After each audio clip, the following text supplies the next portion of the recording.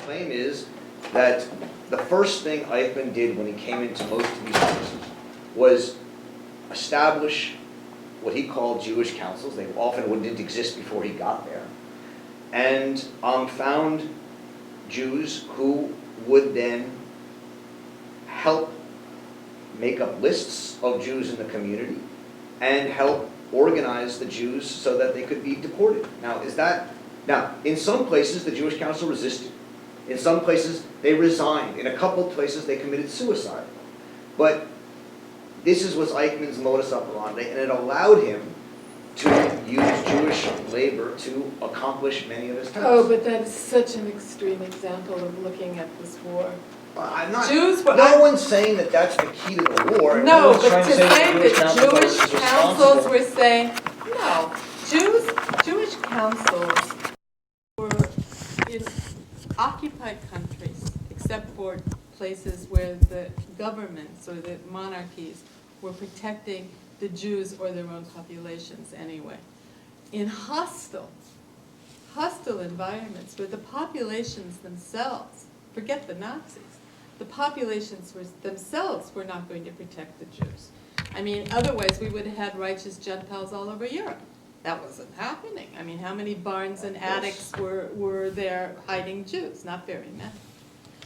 So you have populations, so you have a situation where pretty much you can call every council had a gun to its head. Of course. No one disputes that. Well, the idea, the language, I will tell you this, the language in this, I had to say, I hadn't read Hannah Arendt in a long time in this book, and I was, really, I was physically ill reading it. Physically ill. I mean, when you hear a line like this, to a Jew, this role of Jewish leaders in the destruction of their own people is undoubtedly the darkest chapter of the whole dark story. Mm-hmm. It had been known before, but has now been exposed for the first time in all its pathetic and sordid detail. No. Jews were not killing Jews before the Nazis came. This is not the darkest chapter in the history of the Holocaust. The darkest chapter in the history of the Holocaust is the extermination of the Jews by the Nazis. The fact that you're talking about Jewish councils and capos and people who did the best that they could to survive, from a woman who wasn't there, who talks about Kasztner's prominent train, and she escaped as part of an elite group before the war because she was able to leave and go to France and then come out and then come back and judge. No, you don't get to do that. I say you don't get to do that. And any survivor who has to feel the mark of Cain on their forehead or the blame or the shame because they were subjected to the kind of evaluation is the darkest chapter. All right. First of all, she was there. She wasn't there during the war. She was arrested. She was in a detention camp.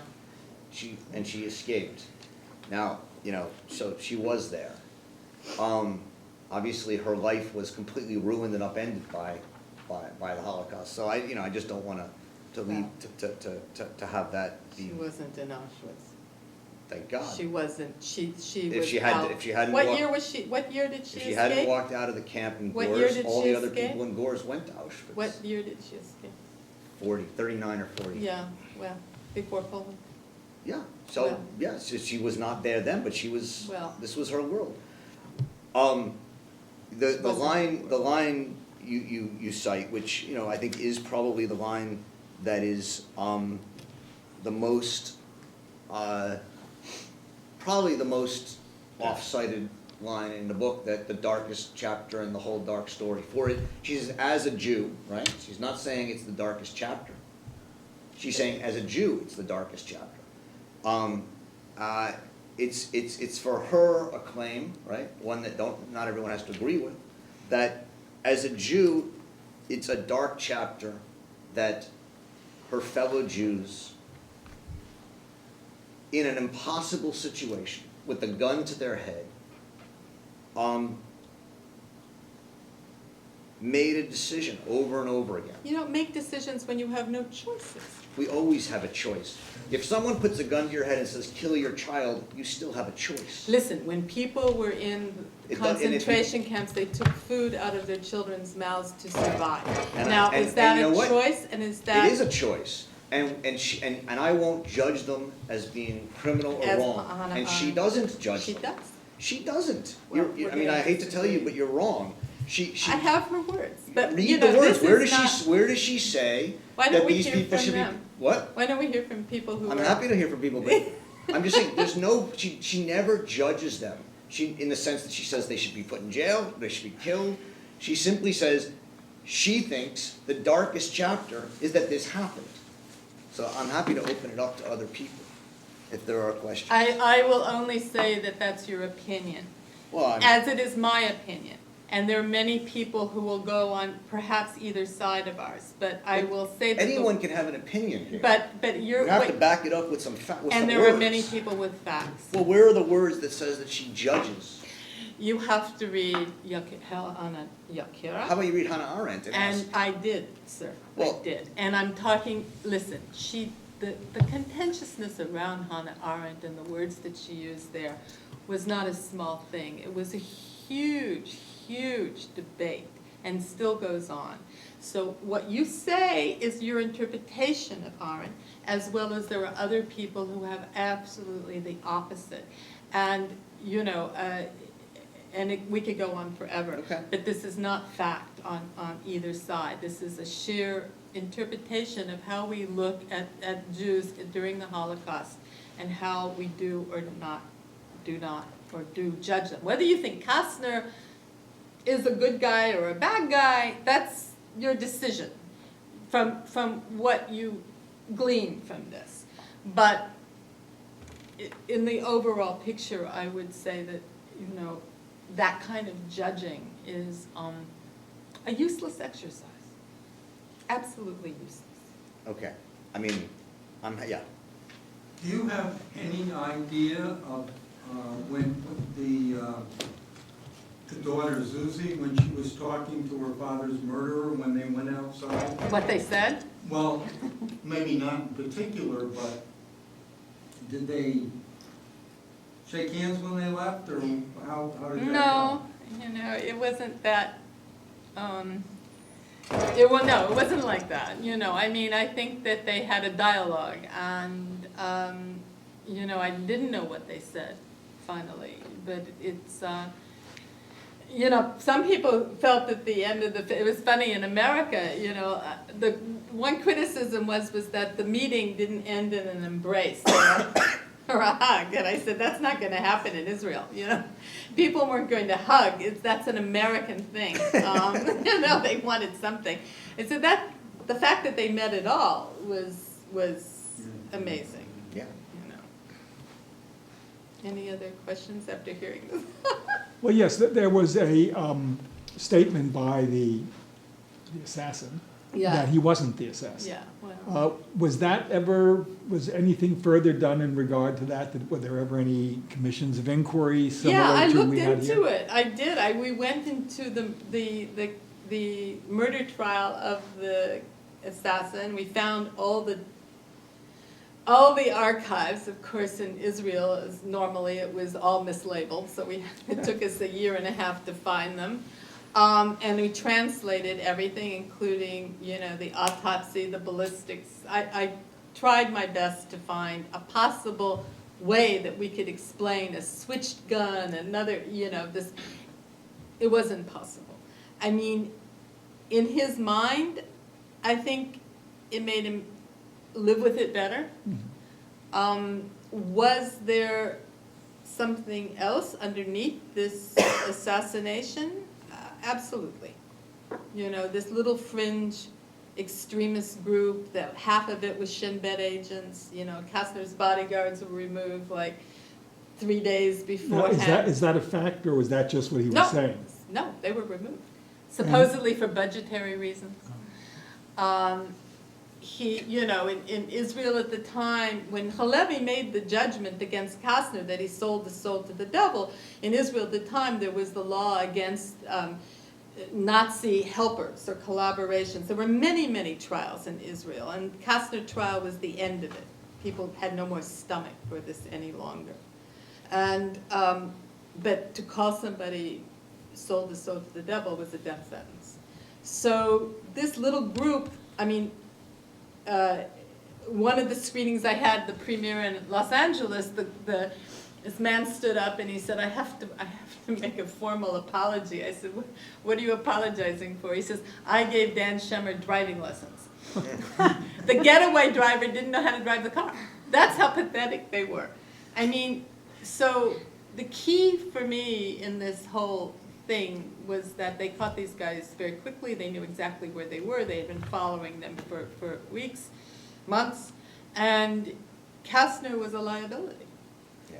I mean, the documents, the Shoshana Bari finds of the affidavits of these deals that Ben-Gurion was trying to make, trying to find the money from Becher, there were letters going back from the Jewish agency directly to Becher about arms and machinery, looking for Eichmann when nobody was looking for Eichmann because it was a Cold War. This was the time of the reparations when the government almost fell, when Ben-Gurion accepted the reparations. So all of this never came out during the trial, and it never came out during the appeal. And when did the historian Bari figure this out? Was this while you were making the film or before? No, she figured this out, and it was published in '97, and nobody paid attention. Like Ronald Zweig, the historian, published it, and it was very interesting because people didn't, they kept saying, oh, he was a Jew and he made a promise to Becher and these Nazis, and I'm thinking, who promises after the war, after 6 million people died? And, Kasztner was a lawyer. I mean, no offense to lawyers, but, he's going to keep a promise like that, And all these theories about why he gave the affidavit, it was only Bari who found that, the Jewish agency came to the trial. Kasztner said finally he admitted that he had given the affidavits. And then the Jewish agency came to the trial and denied ever knowing about it. And Kasztner tried to give a letter over his own lawyer, Chaim Cohen, directly to the judge, Halevi, which was not done, and Kasztner knew that it was not legal to do, saying the Jewish agency was lying and Halevi wouldn't entertain the letter. Now we also find out, since the film came out, that the head of the Shin Bet at the time, Amos Manor, had a meeting with the lawyers before the trial, saying that if the affidavits came up, to deny it. So Kasztner was he was the whole government was involved. scapegoat. Yeah. I was struck a little bit by the assertion of the assassin that he had an old, rusty gun.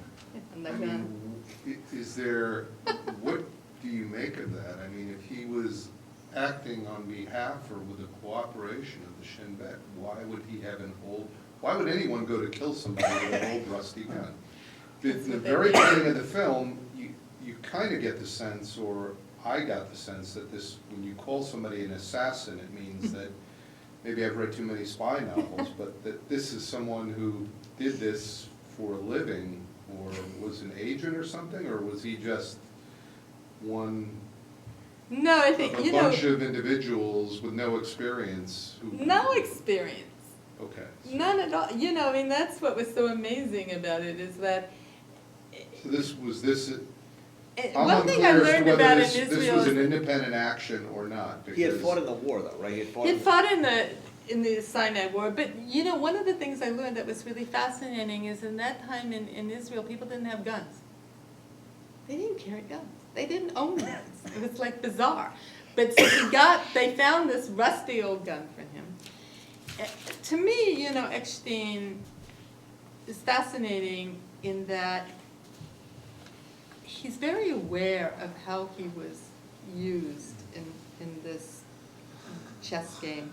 But basically, it's like a young guy who wants to be somebody. He was a nobody. He came from this salt of the earth family in Jerusalem. His brother was a captain in the army, and he was a nobody. So first he goes running after, wanting to enlist with this Shin Bet and spy on this group, and they sort of said, yeah, come on, they threw him in there, and he had no direction. He was not really employed, but he could feel important. And then, of course, he got turned. And he felt like they talked to him. He says that they gave him importance. And to me, in many ways, it's like anybody putting a suicide vest on or bombing, they're always young people. They're always young people, and they're all led by the pedagogue, people who have the rhetoric, and they're the ones that are going to be, I think about the Boston bombers, and here was Kasztner anyway, who was already a collaborator in the eyes, so what was the difference? But they had a long list. They were ready to kill after Kim. They were killing Charette, and tanks were going in the streets. So, they had a big theory of, but this rusty gun was pathetic. It's pathetic, they would send him out to do this job with a rusty gun. It's strange. Yeah, I'm curious what motivated you to make the film? So I could have this dialogue with Ron. If the history was so obscure to people, what happened that you said, wow, I'm really willing to devote a couple of years to this question? It was like 8 years. 8 years to this question. Because it bothered me. When I first started to talk about Kasztner, I remember having a dinner, and I think it was the then head of the Museum of Jewish Heritage was there, and a few other people, and they said, Gaylen, what are you doing? And I said, well, I think I'm going to do Kasztner. And they went, go find a nice Holocaust film. Go find something. This is like, you don't want to do that. And then I was going to say, okay, well, I'll just do the Hungarian part. And then I realized if I just told the Hungarian story, they would say, okay, maybe he told, maybe he didn't tell, but he still saved people, so okay, let's go home. But that's not why there was a trial, and that's not why he was assassinated. What happened was, to Kasztner, happened in Israel. And that became the Israeli story of the right wing and the left wing, which still sits there today, this divide of, I didn't understand either at the time the hatred at the beginning of Israel between these two groups, that Ben-Gurion had this, it wasn't a democracy, it was one man, one party, and that was the ruling party of Israel, and everybody else was marginalized. Where was the left? You talk about the right, Ben-Gurion was the Jabotinsky wing largely, but where was the left? That was the left, that was Labor Mapai. Ben-Gurion was Yeshuv and Mapai, and the Charut was the right wing. So and then there were some communists over there. Right. And Uri Avneri, who was like the strangest one, because Avneri started out being extreme right, lost a brother in the War of Independence, and didn't like the way Ben-Gurion was removing Arabs from the villages. So he became the extreme left, and Tamir was the extreme right. So that this strange bedfellow of bringing down Ben-Gurion was the effort between the two of them. But it was really, if you were part of the right wing, you couldn't get a job, your children couldn't go to the same schools. It was, and oftentimes you came out of prison. You came out of prison in North Africa, where the Jewish agency betrayed you and the British sent you. So they came, that was their heritage. Anyway, I thought it was a great story. It is. Although you had no inkling about the Ben-Gurion involvement when you began this. No. Which clearly made the film, No. gave it a huge amount of its success. Without that, aspect, right? I mean, it would have. I had no, and I didn't even want to go there. It was like, I was like, how am I going to explain Israeli politics? I couldn't understand Israeli politics. It was funny because I had this young cameraman when I first started filming, and his father was he was from the right, very extreme right wing, and his mother was Meretz, very low. And he would come home and he would talk about what he was doing that day filming, and then his parents ended up every night in an argument. So he said, I can't talk about this anymore because I can't stand my parents screaming at each other, because it was all still like there, you know. Well, great.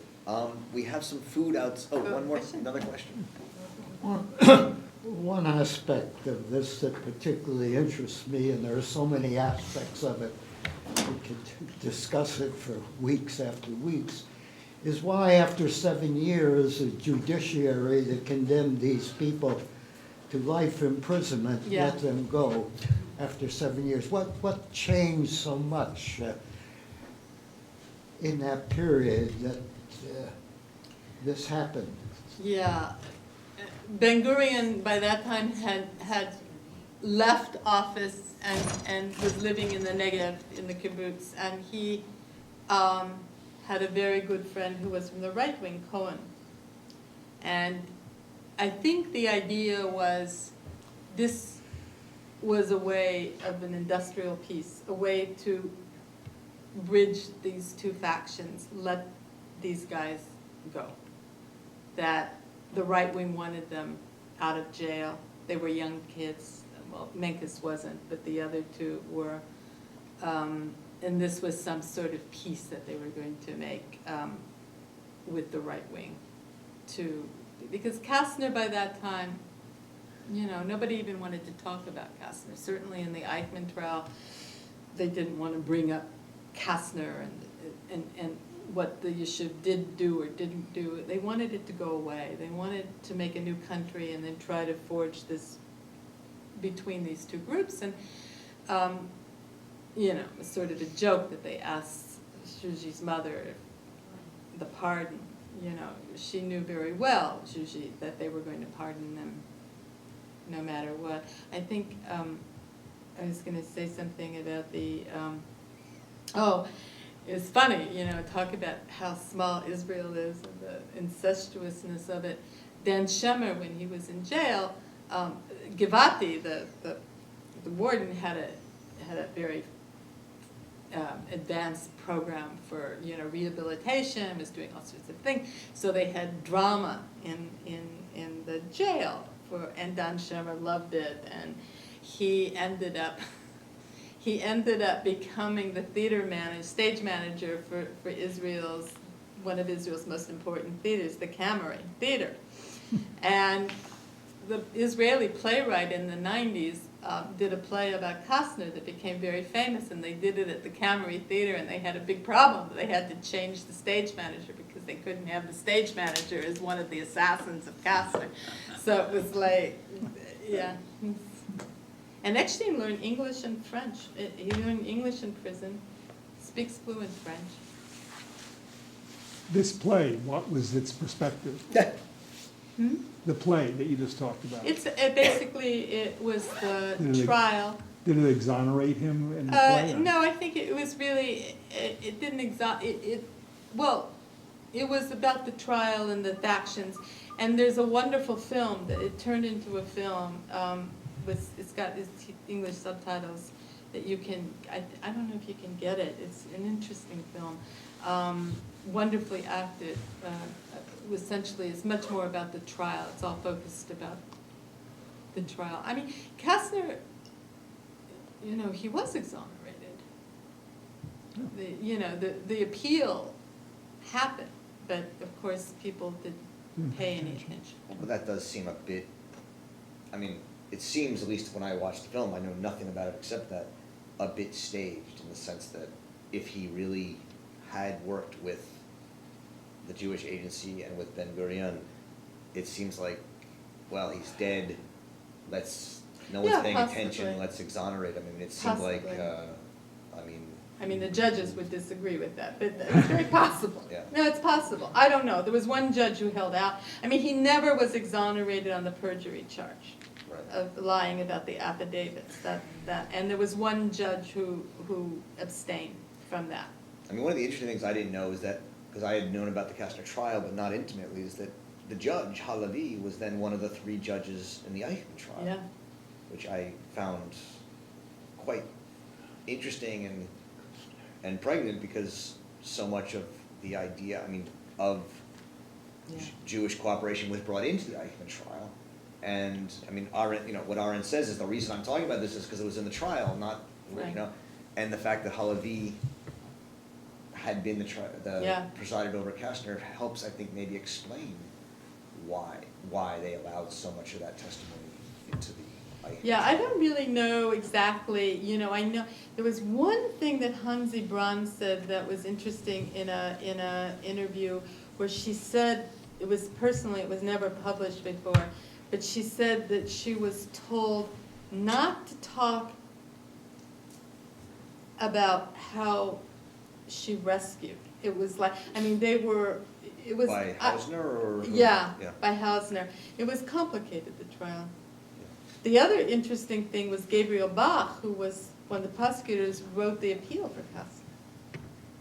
He was a young lawyer at the time, and he wrote the appeal, and he's very proud of it.